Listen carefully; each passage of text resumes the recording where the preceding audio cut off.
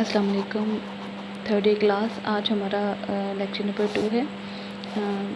हमारा lecture number 1 में जो मैंने आप लोगों को नॉर्मल डिस्ट्रीब्यूशन स्टार्ट करवाया था, उसमें मैंने आप लोगों को प्रॉपर्टीज़ सारी बताई थी डिटेल के साथ। इस लेक्चर में हम 1 बाय 1 हर प्रॉपर्टी को जो है वो प्रूव करेंगे। ठीक है, आप लोग ऐसे करें कि जो मैं आप लोगों को बता रही हूँ वो आप लोग जो है वो एक रजिस्टर ले लें, कॉपी ले लें, पेंसिल ले लें, पेन ले लें, जो भी है, तो आप उसको नोट करें। ठीक है, सारा नोट करेंगे आप। और आप लोगों ने जो है ना इसको अच्छे से समझना है, क्योंकि आप एक प्रूव कर लेंगी तो अच्छे से समझ लेंगी तो यही चीज़ हर प्रूफ में जो है वो रिपीट हो रही है। ठीक है, तो इस वजह से आप अच्छे से समझें इस चीज़ को। ये फर्स्ट प्रॉपर्टी थी हमारी जो हमने पढ़ी है कि area under the normal curve is unity. तो नॉर्मल कर्व मैंने आपको ड्रॉ करके बताई थी, वो बेल शेप में जो कर्व थी, उसके नीचे जितना एरिया है वो कह रहे हैं जी वो यूनिटी का मतलब है कि वन के बराबर आपने प्रूव करना है। तो ये प्रूव हमारा है। स्टार्ट ऐसे होता है, मैंने लिखा है कि व्हेन एक्स जो है वो फॉलो करता है नॉर्मल डिस्ट्रीब्यूशन को विद मीन म्यू और वेरिएंस सिग्मा स्केयर। तो हमारा फंक्शन क्या था? फंक्शन ये लिखा हुआ है 1/2 pi under root sigma e की पावर में है -1/2 x minus mu over sigma whole का स्केयर, और इसकी रेंज है -infinity to +infinity. Total area क्या होता है? टोटल एरिया होता है कि हम सबसे मिनिमम पॉइंट से लेकर मैक्सिमम पॉइंट तक जाएं, फंक्शन को इंटीग्रेट करें, ठीक है, विद रिस्पेक्ट टू एक्स। ठीक हो गया। तो अब मिनिमम टू मैक्सिमम रेंज हमारी क्या है? वो है -इन्फिनिटी टू +इन्फिनिटी। तो इस वजह से लिखा हुआ है -इन्फिनिटी टू +इन्फिनिटी इंटीग्रल के मिनिमम पॉइंट पे लिखा हुआ है -इन्फिनिटी और मैक्सिमम पॉइंट पे लिखा हुआ है +इन्फिनिटी, और फंक्शन लिखा हुआ है और आगे dx लिखा हुआ है। बेटा dx इसलिए लिखते हैं क्योंकि इंटीग्रेशन जब किया जाता है किसी भी चीज़ को, तो उसके साथ d ऑफ x क्या है? वेरिएबल है, जिसके इरिस्पेक्टिवली हम इसको इंटीग्रेट कर रहे हैं, वो हमारे पास क्या है? x। ठीक है, तो नीचे जो है वो फिर हमने फंक्शन पुट किया है। फंक्शन क्या था ऊपर मैं मेंशन कर चुकी हूँ। तो फंक्शन लिखा हुआ है और आगे dx लिखा है। फंक्शन में मैंने रेड में सर्कल डाल दिया है कि ये क्या है? ये कांस्टेंट है। कांस्टेंट का मतलब क्या है? कि जिसमें वेरिएबल नहीं है। वेरिएबल क्या है हमारा? x। ठीक है, तो जो वेरिएबल नहीं है चीज़ वो कांस्टेंट है। ठीक हो गया। तो कांस्टेंट को हमने बाहर निकाल दिया इंटीग्रल के, और अंदर सिर्फ वो फंक्शन रहने दिया कि जिसमें x इन्वॉल्व है। ठीक हो गया। अब सब्स्टिट्यूशन करेंगे हम। तो मैंने साइड पे देखें, मैंने रेड मार्कर से जो है वो आपको सब्स्टिट्यूशन करके दिखाई हुई है कि हमने पुट करना है x minus mu over sigma is equal to z के। तो x माइनस म्यू किसके होता है? सिग्मा, उधर जाके सिग्मा z हो जाएगा। ठीक हो गया।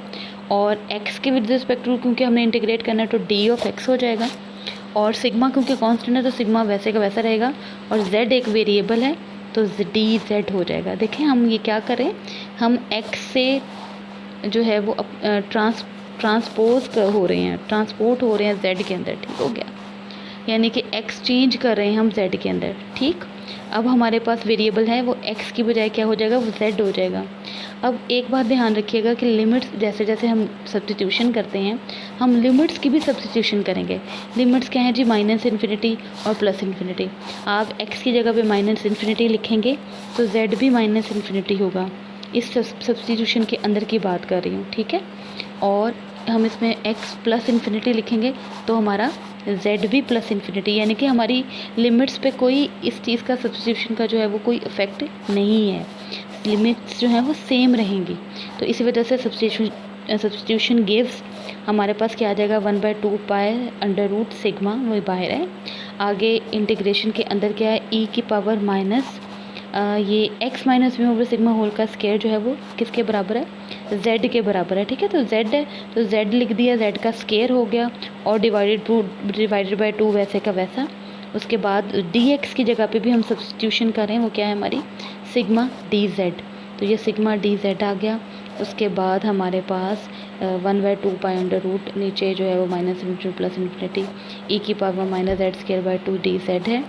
अब ये फंक्शन क्या है? अब हमने ये डिसाइड करना है कि ये एक इवन फंक्शन है कि ये ऑड फंक्शन है। अब हमें कैसे पता चलेगा कि ये इवन फंक्शन है या ऑड फंक्शन है? तो आप नोट में देखें, जो मैंने साइड पे रेड मार्कर से लिखा हुआ है कि एफ ऑफ जेड जो है वो इज़ इक्वल टू ई की power minus z square by 2। अगर हमारे पास ये फंक्शन हो, हम z की जगह पे माइनस जेड अगर पुट करें और फंक्शन हमारा वही रहे, यानी कि माइनस पुट करने के बाद भी फंक्शन हमारा वही रहे, तो ये चीज़ क्या होती है, ये इवन फंक्शन होती है। ठीक हो गया। और अगर माइनस जो है वो पुट करने के बाद हमारा माइनस बाहर निकल आए या माइनस ही रहे और वो फंक्शन वो वाला ना रहे पहले जैसा, तो वो हमारा ऑड फंक्शन होता है और वो ज़ीरो हो जाता है। ठीक हो गया। तो अभी हमारे पास है माइनस जेड स्क्वायर बाई 2। अब वेरिएबल क्या है, माइनस जेड। जेड माइनस को रहने दें, जेड की जगह पे माइनस जेड पुट करें तो आप देखेंगे स्क्वायर जो है वो माइनस को प्लस में चेंज कर देता है और हमारा फंक्शन वही रहता है कि माइनस जेड स्क्वायर बाई 2। तो इसका मतलब क्या है कि ये इवन फंक्शन है। इवन फंक्शन के बाद क्या होता है कि हमारे पास कि हमारे 2 से जो भी फंक्शन होता है वो 2 से मल्टीप्लाई हो जाता है और उसकी जो लिमिट्स होती हैं वो 0 टू इन्फिनिटी जो है वो हो जाती हैं। ठीक है, minus infinity to plus infinity की जगह पे मैंने क्या लिखा हुआ है, 0 टू इन्फिनिटी। ठीक हो गया। तो अब हमारे पास क्या है, e 0 to 2 by 2 pi under root 0 to infinity e की power minus z square by 2 d z. ठीक है, यहाँ तक आप लोगों को समझ आ गई होगी। अब हम नेक्स्ट सब्स्टिट्यूशन करेंगे जो है जेड स्क्वायर की। हम कह रहे हैं put z square is equal to t, तो जेड क्या होगा, टी के ऊपर हाफ हो जाएगा डी जेड, क्योंकि अब जेड क्योंकि हमारे पास वेरिएबल है तो उसकी डेरिवेशन क्या होगी, वो डी जेड होगी। और जब टी की करेंगे तो हाफ शुरू में आ जाता है और ऊपर क्या होता है कि हम 1 में से हाफ -1 कर देते हैं। ठीक है, जो भी पावर होती है उसमें से -1 कर देते हैं, तो ये चीज़ -1/2 हो जाएगी और आगे डी टी। ठीक है, जो कि डेरिवेटिव है। अब हमारे पास सब्स्टिट्यूशन करें तो हमारे पास 2/2 पाई का अंडर रूट है 0 टू इन्फिनिटी ई की पावर क्या हो जाएगी, माइनस जेड स्क्वायर की जगह पे t/2 हो जाएगा और डी जेड की जगह पे जो हमारा जवाब आया है 1/2 टी की पावर -1/2 डी टी, हम वो लिख देंगे। और उसके बाद हमारे पास ये 2 से कैंसिल हो जाएगा। देखिए बेटा, ये जो रेड से मैंने उसको बताया हुआ है कि जी ऐसे ही कैंसिल हो गया। 1/2 पाई अंडर रूट हो जाएगा 0 टू इन्फिनिटी माइनस t/2 और टी के ऊपर -1/2 और डी टी। ये हमारे पास फर्स्ट मैं इसको कह रही हूँ और अगले पेज पे मैं इसको दोबारा से लिख रही हूँ। Total area is equal to 1/2 pi under root, यही चीज़ टी के ऊपर -1/2 है, ई के ऊपर -t/2 डी टी है। अब ये लिखने की वजह क्या है कि हम इसको गैमा फंक्शन से कंपेयर कर रहे हैं। गैमा फंक्शन क्या होता है कि ए के ऊपर ऐसे करके हमने, जैसे हम अंडर रूट डालते हैं, कि अंडर रूट नहीं है बेटे, लेकिन ऐसे ऊपर डाल के और ये जो है वो ऐसे हल्का सा मैंने इसका निशान बाहर किया हुआ है, इसको गैमा कहते हैं। ठीक है, गैमा ए, और बी के ऊपर ए है और ए इज़ इक्वल टू ये क्या होता है 0 टू इन्फिनिटी एक्स के ऊपर क्या है a-1 और ई के ऊपर क्या है -x/b dx। ठीक हो गया। अब कंपेयर करेंगे फर्स्ट और सेकंड को, तो आप देखें कि ऊपर क्या है t वेरिएबल है, नीचे क्या है x वेरिएबल है, तो आप इससे कंपेयर करेंगे। ठीक है, हमने a और b ढूंढने हैं, तो देखें x क्या है और ऊपर क्या है t। ऊपर के x के ऊपर क्या है a-1 और t के ऊपर क्या है -1/2, तो a-1 किसके बराबर हो जाएगा, -1/2 के। और e के ऊपर देखें क्या है -x/b है, तो b क्या है ऊपर देखें फर्स्ट वन में देखें e के ऊपर -t/2 है, तो b क्या है, b की जगह पे देखें क्या है ऊपर, वो 2 है आ रहा, तो b इज़ इक्वल टू 2 हो जाएगा और आपके पास a-1 इज़ इक्वल टू -1/2 हो जाएगा और a क्या हो जाएगा, वो -1 उधर जाके +1 हो जाएगा और a की कीमत क्या निकल आएगी हमारे पास 1/2, यानी कि हमारे पास a 1/2 निकल आएगा और b इज़ इक्वल टू 2 निकल आएगा। अब टोटल एरिया क्या हो जाएगा हमारे पास 1/2 पाई अंडर रूट, तो बेटे वैसे का वैसा रहा और उस फंक्शन की जगह पे वो गैमा फंक्शन लिख देंगे जो कि हमने कंपेयर करके निकाला है, वो है a गैमा b की पावर a।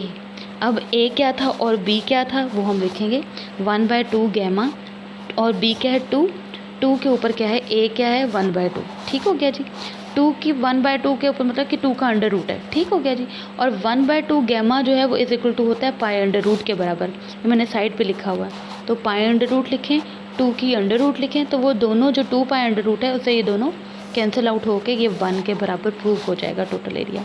तो बेटे आप लोग ये मुझे बताएं कि आप लोगों को समझ आई है इस चीज़ की कि नहीं आई। मैं दोबारा से एक्सप्लेन करूँगी अगर आपको नहीं समझ आई। हम अब नेक्स्ट प्रूफ की तरफ जाते हैं। नेक्स्ट प्रूफ क्या है हमारा, मीन। ठीक है जी। अब मीन क्या होता है, मीन होता है कि हमने जो भी फंक्शन होता है उसको एक्स के साथ मल्टीप्लाई करना है और उसको इंटीग्रेट करना है। ये एक्सपेक्टेड वैल्यू ऑफ एक्स होता है, ये आप लोगों को पता है। ठीक है जी। हमने अब एक्स लिखा है, आगे फंक्शन लिखा है, सेम एज इट इज़ उसी ही पॉइंट्स पे। अगर आपको फर्स्ट प्रूफ की समझ आ गई है तो आप इसको बहुत जल्दी से समझ लेंगे। 1/2 पाई अंडर रूट और सिग्मा क्योंकि कांस्टेंट है हमने उसको बाहर निकाल दिया है, और x इंटू ई की power -1/2 x minus v over sigma और का स्क्वायर ये अंदर है। हम अब इसकी वही सब्स्टिट्यूशन करेंगे जो हम हमेशा से करते आ रहे हैं। x minus v over sigma is equal to z। तो x माइनस म्यू क्या होता है, वो सिग्मा z के बराबर। अब मैं यहाँ पे ना x लिख रही हूँ is equal to mu plus sigma z। अब x लिखने का मकसद क्या है, क्योंकि बेटा हमें x की भी सब्स्टिट्यूशन अब इसमें करनी है। dx इज इक्वल टू क्या है, सिग्मा dz के बराबर। अब सब्स्टिट्यूशन करें तो आप देखेंगे कि आपने x की जगह पे क्या लिखा है, म्यू प्लस सिग्मा z, और आगे e के ऊपर वही लिखा है कि -z² सिग्मा dz जो हमारी सब्स्टिट्यूशन में है। लिमिट्स सेम रहेंगी बिल्कुल उसी तरह जितना पहले वाले प्रूफ में था कि आप x माइनस इन्फिनिटी पुट करेंगे तो z वही माइनस इन्फिनिटी रहेगा, प्लस इन्फिनिटी पुट करेंगे x तो z भी प्लस इन्फिनिटी रहेगा। इसी वजह से लिमिट्स हमारी सब्स्टिट्यूशन के बाद सेम रही, -इन्फिनिटी टू प्लस इन्फिनिटी। अब म्यू प्लस सिग्मा z है और e की पावर -z² dz है। सिग्मा सिग्मा से कैंसिल आउट हो रहा है और हम इसको दो हिस्सों में डिवाइड कर रहे हैं। तो म्यू के साथ अलग हम e की पावर -z² लिखेंगे और सिग्मा z के साथ अलग लिखेंगे। ठीक है, तो हमने देखें ब्रैकेट मैंने डाल दी है, मैंने म्यू के साथ उसको अलग कर दिया। अच्छा, इंटीग्रल से बाहर मैंने म्यू को लिखा है, वो क्यों लिखा है, क्योंकि बेटा म्यू जो है वो कांस्टेंट है, कांस्टेंट को हम इंटीग्रल से बाहर निकाल देते हैं, और z क्योंकि वेरिएबल है तो z अंदर है। ठीक हो गया। इसी तरह आगे सिग्मा क्योंकि कांस्टेंट है, सिग्मा बाहर है, और z क्योंकि हमारे पास क्या है, एक वेरिएबल है, तो वो z के साथ जो है वो फंक्शन लिखेगा। अब मैंने आगे लिखा हुआ है वेयर, जो अगला वाला फंक्शन है स्टेरिक, इसको कह के मैंने लिखा है कि जो सिग्मा वाला पोर्शन है वो 0 के बराबर हो रहा है। क्यों हो रहा है, क्योंकि वो एक ऑड फंक्शन है। अब बेटा हमें कैसे पता चला कि ये ऑड फंक्शन है, तो ये आप ये देखेंगे z की जगह पे आप -z पुट करेंगे तो ये माइनस ही रहेगा। देखें z के ऊपर कोई स्क्वायर नहीं है, मैं z इंटू ई की पावर -z² के फंक्शन की बात कर रही हूँ। z के पे आप -z लिखेंगे, ई की पावर की बात नहीं करी, जो z साथ मल्टीप्लाई हो रहा है उसकी बात कर रही हूँ। z की जगह पे -z लिखेंगे ना बेटे तो ये माइनस हो जाएगा, ये z में नहीं चेंज होगा, तो ये चेंज हो जाएगा, तो इस वजह से ये इवन फंक्शन नहीं रहेगा, ये क्या हो जाएगा, ये ऑड फंक्शन हो जाएगा। और मैंने आपको बताया था कि ऑड फंक्शन क्या है, वो 0 के बराबर होता है।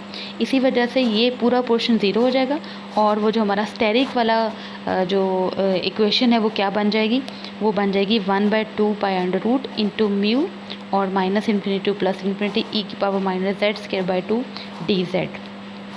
इतना बस रह जाएगा, बाकी क्या हो जाएगा, वो 0 हो जाएगा। अच्छा, अब ये क्या है, ये क्योंकि इवन फंक्शन है, ये हम पहले भी कह चुके हैं, e की पावर -z² जो है ये क्या है, एक इवन फंक्शन है, तो ये क्या होगा कि 2 मल्टीप्लाई होगा और लिमिट्स क्या हो जाएंगी, वो 0 टू इन्फिनिटी हो जाएंगी। तो अब मैंने देखें सबसे एंड पे क्या लिखा हुआ है, 2 mu divided by 2 pi under root, और लिमिट मैंने क्या लिखी है, 0 टू इन्फिनिटी, आगे वही फंक्शन है जो लिखा हुआ है। ठीक हो गया। अब क्या है, ये देखिए मैंने दोबारा से वही पहला लिखा है, उसके बाद हमने वही सब्स्टिट्यूशन करनी है z² की, जो क्या है किसके बराबर है, वो t के बराबर लिखेंगे। z क्या होगा, वो t की हाफ़ हो जाएगा, dz क्या होगा, वो हाफ़ शुरू में आ जाएगा, t के ऊपर क्या आ जाएगा, हाफ -1 दैट इज़ -1/2 और dt। ठीक है, सब्स्टिट्यूशन करेंगे तो हमारे पास e की पावर में क्या आ जाएगा, -t/2 आ जाएगा, और dz की जगह पे जो हमारी सब्स्टिट्यूशन है हाफ t की पावर -1/2 वो हो जाएगी। अब 2 से कैंसिल आउट हो गया, पीछे क्या रह गया, mu by 2 pi under root 0 to infinity e की पावर -t/2, और t के ऊपर क्या है, -1/2 dt। वही चीज़ आगे जो गैमा फंक्शन है। अब गैमा फंक्शन क्या होता है, हम पिछले प्रूफ में भी मैं आपको बताया है, अभी दोबारा से बताती हूँ, होती है a गैमा b की power a is equal to 0 to infinity e की पावर में -x/b, और x के ऊपर क्या होता है, a-1 होता है ना। तो इसमें ऊपर t आपके पास वेरिएबल है, नीचे x वेरिएबल है, तो आप दोनों को कंपेयर करें, a किधर है, a-1 किसके बराबर है, -1/2 के बराबर है, और b किसके बराबर है, वो 2 के बराबर है। ठीक हो गया।